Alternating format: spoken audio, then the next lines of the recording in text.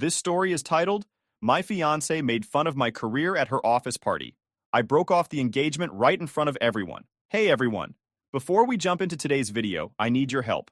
We've noticed the channel is losing some traction, and subscribing is one of the best ways you can support us. It's quick, free, and it helps us keep bringing you awesome content. Your support means the world. Let's keep this channel growing together. Thanks so much. Now let's start the video. Hey Reddit, I've been sitting on this for a while, trying to make sense of what went down, but I eventually decided to post it. 30 male, work as an electrician. I'm not going to sugarcoat it. I love my job. Sure, it's not the kind of thing people put in movies or brag about at fancy dinners, but I've been working with my hands since I was a teenager, and it's what I'm good at. I didn't just stumble into this either.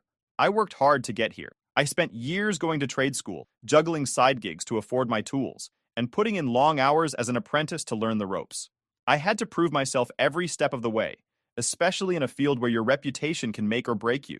I've spent countless hours mastering circuits, panels, and wiring, and there's something incredibly satisfying about fixing something broken and seeing it work again. Plus, I've built a pretty good life from it. I run my own small business, where I handle everything from home repairs to custom lighting setups for businesses. It wasn't easy getting to the point where I could be my own boss, but it was worth it. Now I have a nice truck, loyal clients, and I'm saving to buy my first house. It's not flashy, but it's honest work, and I wouldn't trade it for anything. I've always been proud of where I am, but I'll admit, I've had to deal with people looking down on what I do. You know the type, the ones who think real success is sitting in a cubicle or having a long title like Senior Executive something something. I thought my fiancée, Lisa, 30 female, wasn't one of those people. Lisa and I have been together for about 4 years. She works in corporate marketing, which is a world I don't really understand, but always tried to respect. She's ambitious, driven, and polished in a way that made me feel like a regular guy standing next to a magazine cover. She's the kind of person who plans everything, from our weekend brunches to our 5-year goals. I liked that about her.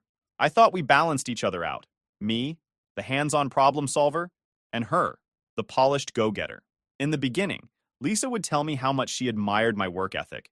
She'd say things like, I love how passionate you are about what you do, or, you're so good with your hands, it's impressive. I ate that up because it felt good to have someone in my corner, especially someone like Lisa, who could have had her pick of any suit and tie type, but went out of her way to pursue me. I remember asking her once why she was so interested in me, and she said, because you're a real man. But now that I'm looking back, I think there were signs that she didn't really respect me or what I do. It's just that I ignored them. For example, there was this one time when we were talking about future goals, and I said I wanted to expand my business, maybe hire a couple of guys to work under me so I wasn't always on the job myself. Her response? That's cute, babe. You'd be like a little boss. I laughed it off at the time, but now it feels like one of those comments that wasn't as innocent as it seemed. Then there was the way she talked about her own career. She'd go on and on about how hard it was to get where she is, how she had to prove herself in a male-dominated industry, and how she's always working twice as hard as everyone else. Don't get me wrong. I respected the hell out of her hustle. But looking back, I realized she never really asked about my work in the same way. Like, she never cared about the struggles I had running my own business, or the times I had to work 12-hour days in someone's attic during a heat wave just to make ends meet. Still, I never thought it was a big deal. I figured we just had different ways of showing support. She was all about big, flashy gestures, posting pictures of us with captions like, so proud of my guy, while I was more low-key. I'd show up to her work events, listen to her vent about her boss, and make sure she had dinner waiting when she got home late. To me, that was enough. Things started to feel off earlier this year, though.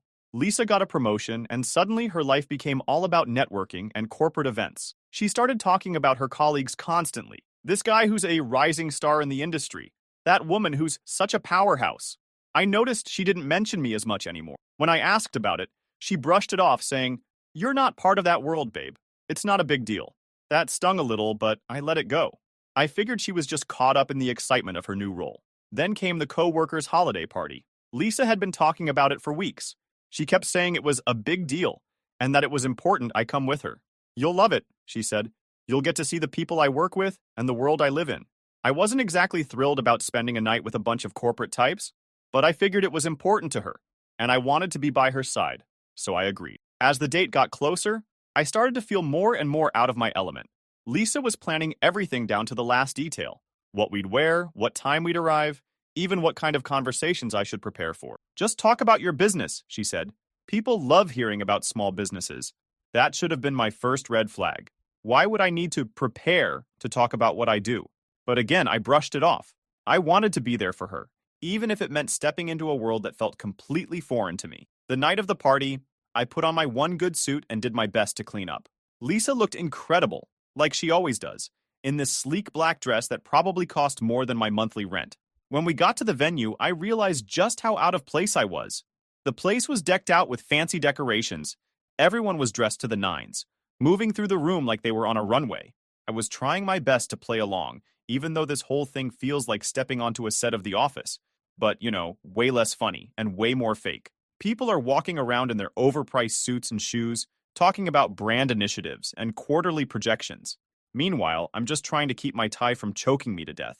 Lisa's in her element, though. She's laughing, working the room, and introducing me to everyone like she's the star of the show. Honestly, I was kind of proud of her at first. I mean, she's good at what she does, and it's obvious her colleagues respect her. But the more she introduced me to people, the more it started to feel off. It started small. Every time she'd introduce me, she'd throw in some little comment that felt like a jab. Like, "This is my fiancé. He's an electrician. He keeps things running around the house." Or, "If you ever need someone to fix your outlets, he's your guy." She'd laugh, and so would they. But I wasn't laughing. I brushed it off the first couple of times, telling myself she was just nervous or trying to be funny.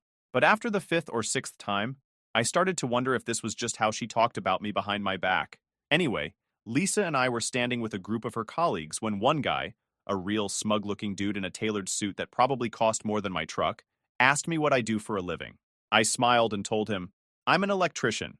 I run my own business. Simple and plain." Before he could say anything, Lisa jumped in.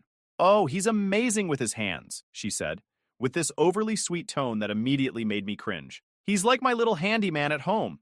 Anytime something breaks, he's on it. Isn't that adorable?" Adorable. That word hit hard. The way she said it wasn't affectionate. It was condescending, like I was some kind of pet she brought to show off. The group burst out laughing, and I just stood there, trying to keep my face neutral. Inside, I was fuming. I wanted to say something, but I didn't want to make a scene. So I just smiled awkwardly and nodded like I was in on the joke. But I wasn't. I was done. The rest of the night didn't get better. Every time we talked to someone new, Lisa found a new way to put me down, whether it was calling me her fix-it guy or joking about how I probably didn't get their world of corporate marketing. At one point, I heard her telling someone, "Oh yeah, he's my little wires and pliers guy, like Bob the Builder, but less ambitious." I was standing there thinking, did she just reduce my job to a joke? I let it slide, trying to keep the peace, but it didn't end there. What really pissed me off was how casual she was about it. Like she didn't even notice she was insulting me. Or worse, she noticed, and just didn't care. The way she looked at me when she made those comments, it wasn't love or pride, it was a pity. Like I was some small-town guy who got lucky to be with her and should just be grateful for it. The worst part? Everyone else seemed to eat it up. They were laughing along with her like her insults were the funniest thing they'd ever heard. And why wouldn't they? In their eyes, I was just the blue-collar guy tagging along with the corporate queen. They didn't know me or what I'd built for myself. All they saw was what Lisa was showing them, someone to laugh at. By the time the toast happened, I was already checked out. Lisa stood up in front of everyone, looking like she owned the place, and started thanking her team for their hard work. I was halfway listening, just trying to get through the night without losing it, when she suddenly said, "And I want to give a special shout out to my fiancé." I looked up thinking, maybe she's going to redeem herself. But nope, he's not exactly a corporate guy, she said, grinning like she was about to drop the funniest joke of the night. But if anyone's dishwasher stops working, he's your guy. The room erupted in laughter. I sat there, frozen, as 100 pairs of eyes turned to me. My face felt like it was on fire. I looked over at Lisa, hoping she'd notice how humiliated I was, but she was too busy soaking up the attention. She was smiling, like she'd just won an award for most entertaining toast. I couldn't take it anymore. I excused myself and stepped outside to get some air. My hands were shaking, and my chest felt tight. I replayed her words over and over in my head, each one hitting harder than the last. Not a corporate guy. Your guy for power outages. What the hell had just happened? That wasn't a toast. That was a takedown.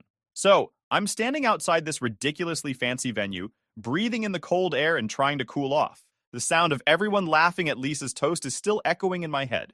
I don't know if I'm more embarrassed or angry, or maybe a mix of both. I kept thinking, is this how she's always seen me? Like some handyman she picked up for convenience? A few minutes later, Lisa comes outside. She's got this big, oblivious smile on her face. There you are, she says, like I'm some kid who wandered off. Why'd you sneak out? I look at her, trying to stay calm, but I can already feel the frustration bubbling up. Do you have any idea how humiliating that was? She blinks, clearly caught off guard. What are you talking about? The toast, I say, my voice rising a little. You basically turned me into a joke in front of your entire office. Lisa rolls her eyes, like I'm the one being unreasonable here. Oh, come on. It was just a joke. Everyone thought it was funny. Yeah, because they don't know me, I snapped. All they know is what you told them. That I'm some not corporate guy who's good for fixing their dishwashers. Do you even realize how disrespectful that is? She sighs, like she's talking to a child. You're overreacting. It wasn't that deep. I was just trying to lighten the mood. Lighten the mood? I could feel my fists clenching at my sides. But I took a deep breath and tried to explain. Lisa, I've worked my ass off to get where I am. I run my own business. I make a good living. And you reduced all of that to a punchline. How do you think that makes me feel? Instead of apologizing or even trying to understand, Lisa crossed her arms and gave me this annoyed look. I don't know why you're being so sensitive about this. It's not like I said anything untrue. You're an electrician. It's not exactly a glamorous job, and there it is. The truth, plain and simple. I stare at her, stunned. Wow, I said. So that's how you really see me? Like I'm just some guy with a toolbox who's lucky to be with you. I didn't say that. You're putting words in my mouth. All I'm saying is that you need to learn how to take a joke. This isn't about me. It's about your insecurity. She started to yell. My insecurity. I felt my blood boiling now. This isn't about me being insecure. It's about you not respecting me or what I do. Do you even realize how condescending you sounded tonight? How condescending you always sound? Lisa's face hardened. You know what? Maybe I do think you're overreacting. And maybe you should consider why you're so defensive about your job. If you were confident in yourself, you wouldn't let a little teasing bother you. That's when I realized we're not just having an argument. This is a fundamental problem. This is who Lisa is. She didn't respect me, and she never has. I take a deep breath, trying to steady my voice. You know what, Lisa? I can't do this anymore. Her eyes narrowed. Do what? This, I say, motioning between us. Us. This relationship. I'm done. Lisa stared at me like I've just grown a second head. Then she laughs. A short, disbelieving laugh. You're kidding, right? You're really going to break up with me over a joke? It's not just the joke, I said firmly. It's how you see me. How you've always seen me. You don't respect me, Lisa. You never have. And I'm not going to spend the rest of my life being treated like I'm less than you just because I don't work in an office. Her expression shifted from disbelief to anger. Are you serious right now? Do you even realize how ridiculous you sound? You think you're so special because you run a little business, fixing people's wiring? Well, guess what? It's not that impressive. Her words were harsh, but they solidified my decision. I pulled the engagement ring off my finger and held it out to her. Good luck finding someone you actually respect, I said, calmly and firmly. She stared at the ring like it was going to explode in her hand. You're making a huge mistake, she said. No one else is going to put up with your fragile ego. I only replied with, maybe not, but at least I'll have my self-respect. And with that, I turned and walked back into the party to grab my stuff, leaving her standing there in the cold, with the ring still in her hand. The moment I stepped back into the party to grab my coat, the buzz of conversation and laughter hit me like a wall. The room was still alive, but I noticed people sneaking glances at me. I knew it was going to make a scene. Honestly, I didn't care. Let them talk about it for the next 5 weeks. Let them dissect every detail. I wanted this moment to stick with Lisa and everyone here. She'd spent the entire night tearing me down. Now it was my turn to walk out on my terms. As I reached for my coat, I heard the sharp click of Lisa's heels behind me. I knew she wouldn't let me leave without some kind of showdown. You're really going to do this? She hissed. She glanced nervously around, trying to make sure no one overheard. Here? In front of everyone? I turned slowly, locking eyes with her. I could feel all those curious glances from her colleagues, the way conversations were quieting as people tuned in. Lisa, you already did this, I said, keeping my voice calm but loud enough for anyone nearby to hear. You crossed the line humiliating me in front of everyone. I'm just leaving before it gets worse. Her eyes widened for a split second before narrowing into a glare. Don't be so dramatic, she spat, grabbing my arm with enough force to make my jacket wrinkle. Her nails dug into my sleeve as she tried to keep her composure. No one even noticed. You're blowing this way out of proportion. I pulled my arm free and took a step back. Really? I said, raising my voice. Because I'm pretty sure half the room wasn't laughing with you after your little toast. They were laughing at me, and you made sure of it. That's not what happened, she snapped, her voice rising just enough to draw more attention. The hum of conversation around us dropped a notch. People weren't even pretending not to listen anymore. They were laughing because it was funny, she insisted, her cheeks flushed with anger. You're the one who's turning this into a big deal. I took a breath, steadying myself, and let the silence between us hang for a moment. Lisa, I said firmly, you turned me into a punchline. You made it crystal clear how little you respect me, and now you're acting like I'm crazy for being upset. Do you even hear yourself right now? Her face turned bright red, and not from embarrassment. This was pure, unfiltered rage. She crossed her arms. You're twisting everything I said, she shot back. I was trying to include you. You should be thanking me for making you part of the conversation instead of sulking like a child. Thanking you? You didn't include me. You mocked me. You made me sound like some dumb handyman who's only good for fixing your lights. That's not including me, Lisa. That's tearing me down so you can feel better about yourself. Before Lisa could respond, a voice cut in. Hey, is everything okay here? I turned to see one of her coworkers, a woman in a crisp suit, clutching, looking uncomfortable. Lisa whipped around to face her, putting on the fakest smile I've ever seen. Oh, it's fine, just a little misunderstanding, she said quickly, her voice an octave higher than usual. The woman glanced between us, clearly unconvinced. Well, if you need anything, she trailed off, giving me a sympathetic look before stepping away. Lisa's smile dropped the second her coworker turned her back. Do you see what you're doing? She hissed, her voice dripping with venom. You're embarrassing me in front of my entire office. I couldn't help but laugh, a bitter sound that cut through the room. I'm embarrassing you? I said, shaking my head. You spent the whole night treating me like a joke, and now you're worried about how you look? That's rich. I couldn't help but laugh, a sharp, biting sound that cut through the tension. I'm embarrassing you? I said, shaking my head.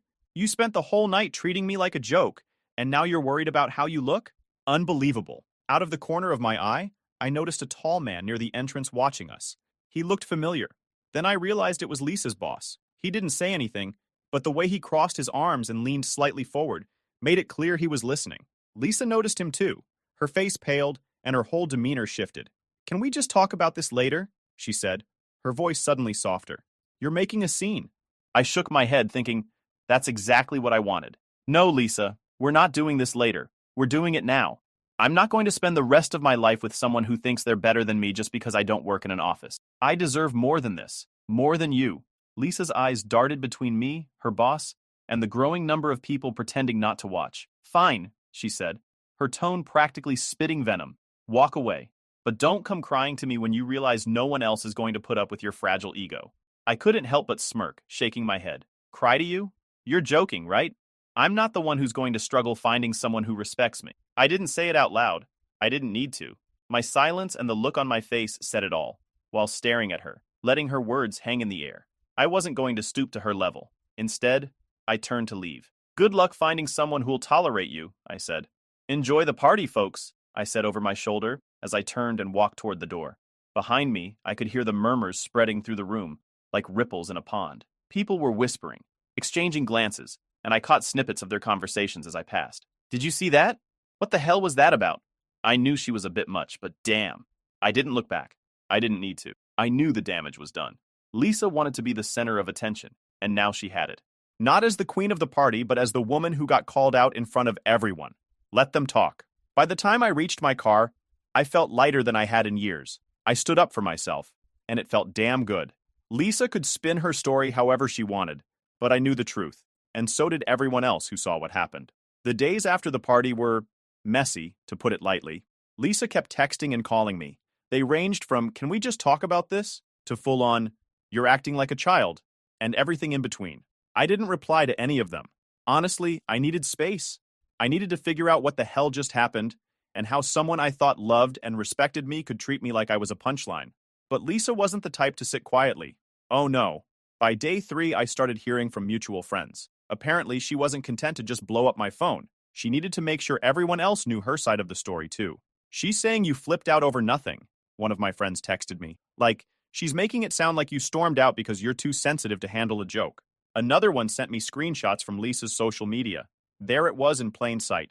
A post about how she dodged a bullet because some people can't handle a strong woman with a sense of humor. The comments were filled with her friends hyping her up. You deserve better. He sounds so insecure. Good riddance. Insecure. That word kept coming up, and it pissed me off every time I saw it. I wasn't insecure. I was tired. Tired of being belittled. Tired of being treated like I wasn't enough because I didn't fit into her perfect little corporate world. A couple of days later, I got a message that stopped me in my tracks. It was from one of Lisa's coworkers, someone I barely knew but who had been at the party. Hey, I just wanted to reach out and say I'm sorry for laughing at that toast, she wrote. Honestly, I always thought Lisa talked about you in a weird way, like she was settling for you or something. I didn't realize how bad it was until the other night. You didn't deserve that. That confirmed what I'd started to suspect. This wasn't just a one-time thing. Lisa had been looking down on me for a long time, probably since the beginning. I thought we were equals, partners. But to her, I was just the guy with the tools, someone she could control and joke about when it suited her. I started replaying our entire relationship in my head, picking apart every moment that felt off. Like the time she introduced me to her parents and said, he's not your typical corporate guy, but he's great with his hands. Or the time she told her friends, yeah, he owns a business, but it's like, small, not stressful like my job. How did I not see it? How did I not realize she was never proud of me, never truly respected me? The real cherry on top came about a week later. I got a call from Lisa's best friend, Jen. Now, Jen and I had always been cool. We weren't super close, but we got along well enough. So when her name popped up on my phone, I figured maybe she was calling to play peacemaker or something. But nope. I just thought you should know, Jen said. Lisa's been telling people that she settled for you because she thought you'd be easy to control. She said she didn't think you'd ever leave her because you'd feel too lucky to have her. She actually said that? I asked, even though I already knew the answer. Yeah, Jen replied. I didn't want to believe it at first, but after what happened at the party, I'm sorry, man. You deserve better. I thanked her for telling me, but honestly, I didn't know how to feel. I mean, I was already done with Lisa, but hearing that, it was like adding insult to injury. This whole time, I thought I was building a life with someone who saw me as an equal, and she was treating me like some charity case. After the dust settled, it was like a switch flipped in my life. Lisa and I were done. No more texts, no more calls, no more fake apologies or attempts to spin the story. My life on my end was looking brighter. I threw myself into my work, taking on more projects, and I decided to sell my engagement ring and use the money to book myself a trip to the mountains, a place I'd always wanted to visit but never got around to because Lisa wasn't into rustic vacation. Turns out sitting by a campfire and looking at the stars is a hell of a lot better than listening to people talk about brand synergy over tiny hors d'oeuvres. During that trip, I had a lot of time to think about what I wanted and what I didn't want. I realized I'd spent way too much time trying to fit into Lisa's world, letting her define my worth based on her shallow metrics. That wasn't happening anymore. Then came the ultimate bit of karma. About a month after the party, I heard through the grapevine that her antics at the party and her behavior afterward had caught the attention of her boss. Apparently, some of her coworkers had started talking about the incident, and it made its way up the chain. She's been really tense at work, one of her colleagues told me. It's like she knows people are talking about her behind her back, and it's driving her nuts. She even snapped at someone during a meeting last week, which is not like her. Another mutual friend shared a text from Lisa, where she wrote, I worked my ass off to get where I am, and now it's like one stupid night is all anyone remembers. From what I could tell, the realization was starting to sink in. She hadn't just lost me. She damaged her professional relationships too. The people who once respected her were now questioning her judgment. I didn't get all the details, but from what I heard, the higher-ups weren't thrilled about how Lisa represented herself. She was passed over for a promotion she'd been gunning for, and let's just say she wasn't happy about it. I won't lie, I felt a little satisfaction knowing karma had finally caught up with her. Not because I wanted her to fail, but because it felt like validation. Her attitude, her need to tear others down to build herself up, it wasn't just a problem in our relationship. It was who she was. However, these days, I'm in a much better place. I'm glad I ended the relationship before getting married and have kids involved, and each day I feel my decision was so right. I've expanded my business, upgraded my tools, and even started teaching an evening class for aspiring electricians. Sharing what I know and seeing people get excited about learning the trade has been a game changer for me. I've also reconnected with friends I'd drifted away from during my time with Lisa. Looking back, I realize how much of my life I'd centered around her, her friends, her interests, her goals. Now I'm focusing on what makes me happy, and it feels damn good. As for Lisa, I haven't heard from her directly since the breakup. She's still doing her thing, posting her cryptic quotes and probably telling anyone who'll listen that she's the victim. But honestly, I don't care. The truth is, walking away from that relationship was the best thing I've ever done. It wasn't just about the party or the toast. It was about realizing that I deserve to be with someone who values me for who I am, not for how I fit into their narrative. If there's one thing I've learned from all this, it's that respect isn't optional in a relationship. You can't love someone you don't respect, and you shouldn't try to stay with someone who doesn't respect you. So to anyone reading this who's in a similar situation, trust your gut. If someone's tearing you down instead of lifting you up, let them go. You'll thank yourself later. Thanks for sticking with me through all this. It's been a wild ride, but I feel like I'm finally back on track. And if anyone ever needs an outlet rewired, you know who to call.